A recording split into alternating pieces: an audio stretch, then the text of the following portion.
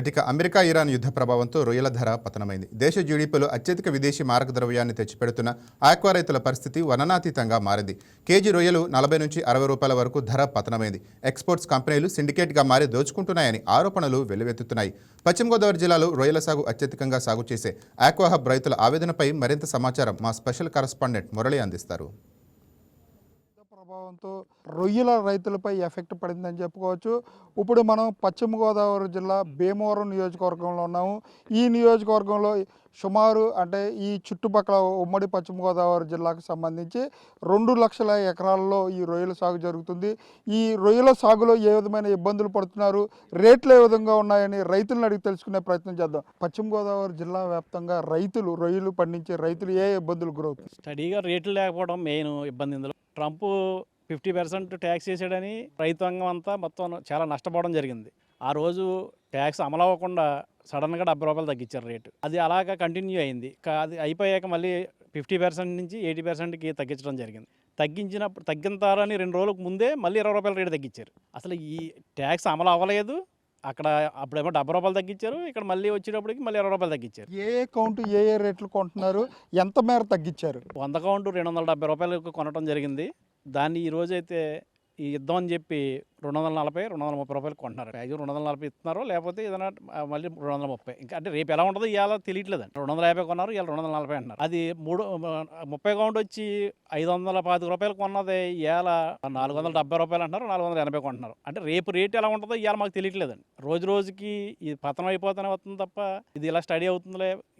అక్కడ యుద్ధం ఏం జరుగుతుందో ఎవరికి తెలియట్లేదు. అప్పుడేమో ట్యాక్స్ అన్నారు, ఇప్పుడేమో యుద్ధం అని చెప్పి ఎప్పుడైతే యుద్ధం ప్రకటించిన కానీ చాలా తగ్గించకుండా, అంటే మెయిన్ 240 రూపాయలైనా రేపటికి బండి అడిగితే బళ్ళు లేవండి. ఇప్పుడు తగ్గిన రేటు ప్రకారం ఒక్కొక్క ఎకరానికి రైతుకి ఎంత లాస్ వచ్చే అవకాశం ఉంది? అంటే టన్నుకు వచ్చి 40,000 పోతుందండి. మినిమం 2.5 టన్నుల నుంచి 3 టన్నులు అవుతుంది. ఒక చెరువుకి వచ్చి ఒక 40 రూపాయల నుంచి 50 రూపాయలు అంటే 150,000 పోవచ్చు, 180,000 పోవచ్చు అండి. ఆ యొక్క నెంబర్ని బట్టి పోతుంది.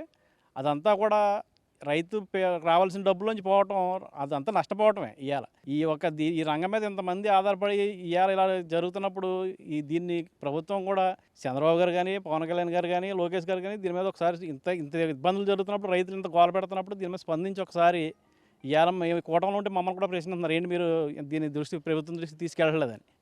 దీన్ని తీసుకుని ఒక ఎక్స్పోర్టర్స్తో మాట్లాడి ఇది ఇలాగా ఇబ్బందులలో ఉన్నప్పుడు రైతులను ఆదుకోవాలని చెప్పి ఒక మీటింగ్ చేసి వాళ్ళతో ఒక భరోసా అనేది రైతుకు కల్పించకపోతే ఇవాళ ప్రాబ్లం వచ్చి పట్టాల్సిన వాళ్ళు పట్టేస్తున్నారు, బోనస్ చెరువులు కూడా పట్టేస్తున్నారు. రేపు పొద్దున ఇదే ప్లాంట్ వాళ్ళకి మళ్ళీ ఒక 20 రోజులు పోయాక యుద్ధం అయిపోయాక సరుకులు కావాలని ఉండవండి. మెయిన్ భరోసా ఇచ్చి దీన్ని ప్రభుత్వం దృష్టికి తీసుకెళ్ళేలా మీరు కూడా ఇవన్నీ తీసుకున్నారు కాబట్టి ప్రభుత్వం ముందుకు రావాలని కోరుకుంటూ ఏదైతే నుంచి ఈ అప్సరాన్ని ఏర్పాటు చేసి రేట్లు తగ్గే విషయంలో గట్రా చేస్తున్నారో అది నామకారానికి మాత్రమే ఉంది తప్ప వాస్తవాల్లోకి లేదండి.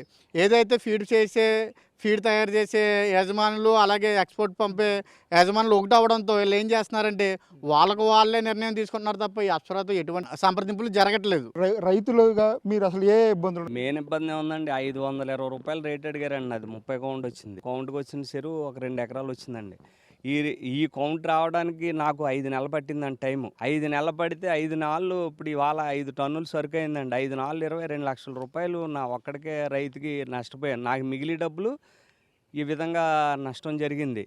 ఇలా అయితే రైతులు చెరువులు చేయలేరండి. పడి ఇంకా మార్కెట్ పడిపోతుంది అంటున్నారని ఈ విధంగా మళ్ళీ ఇంకా నష్టం వస్తుందేమో అని అందరూ కూడా చెరువులు ఈ విధంగా పట్టేస్తున్నారు. దానికి గవర్నమెంట్ ఏమన్నా భరోసా ఇచ్చి మీరు పట్టకండి, మేము ఏదన్నా మీకు ప్రత్యామ్నాయ మార్గం కల్పిస్తామో, లేకపోతే ఏదన్నా ఒక గవర్నమెంట్ ఏదన్నా చెప్తే కొంత రైతులు ఏదన్నా కంగారు పడతారు. ఇవాళ 100 కౌంట్ కానించి రైతులు పట్టేస్తున్నారు, చాలా నష్టపోతున్నారు. రేపొద్దుట మళ్ళీ ఇంకో ట్యాంక్ ఉంది పడదామంటే బండి లేదు అనేటువంటి మార్కెట్ ఏ రేట్ అడిగినా ఆ రేటుకి రైతు ఇచ్చేసి పరిస్థితిలో ఉన్నాడండి. ఈ ఉమ్మడి పశ్చిమ గోదావరి జిల్లా కానివ్వండి, ఉభయ గోదావరి జిల్లాలో దాదాపు 2,50,000 మంది రైతులు ఉన్నారు. ఎకరాలలో జరుగుతుంది. ద్వారా అనేక లక్షల మంది ఉపాధి పొందుతున్నటువంటి పరిస్థితి. ఒకటే అడుగుతున్నాం, ఏదైతే ఎక్స్పోర్ట్స్ అలాగే ఫీడ్ ఫ్యాక్టరీ వాళ్ళు కొమ్మక్కైపోయి రైతులను దోచుకుంటున్నటువంటి పరిస్థితి నుంచి మమ్మల్ని కాపాడండి అని చెప్పి అడుగుతున్నాం. మీరు మాకు ఏదైతే హామీ ఇచ్చారో ఎలక్షన్ ముందు మన ప్రభుత్వం మంచి ప్రభుత్వం మందే అన్నారో అయినటువంటి సమాచారం మీరు సేకరించాలి. విశాఖపట్నం జిల్లా దాకా మా రైతులందరినీ సమీకరిస్తాం, మా యొక్క విషయాల మీద మాట్లాడుకుంటాం.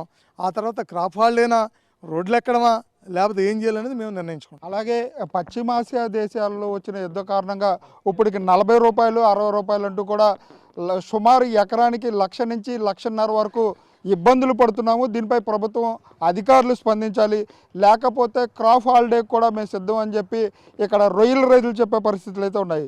కెమెరా పర్సన్ మధుతో మురళి, వైకే న్యూస్, పశ్చిమ గోదావరి జిల్లా నుంచి. Please subscribe to YK TV Network. Please subscribe to YK TV. Please watch YK News. Don't forget to subscribe YK News channel.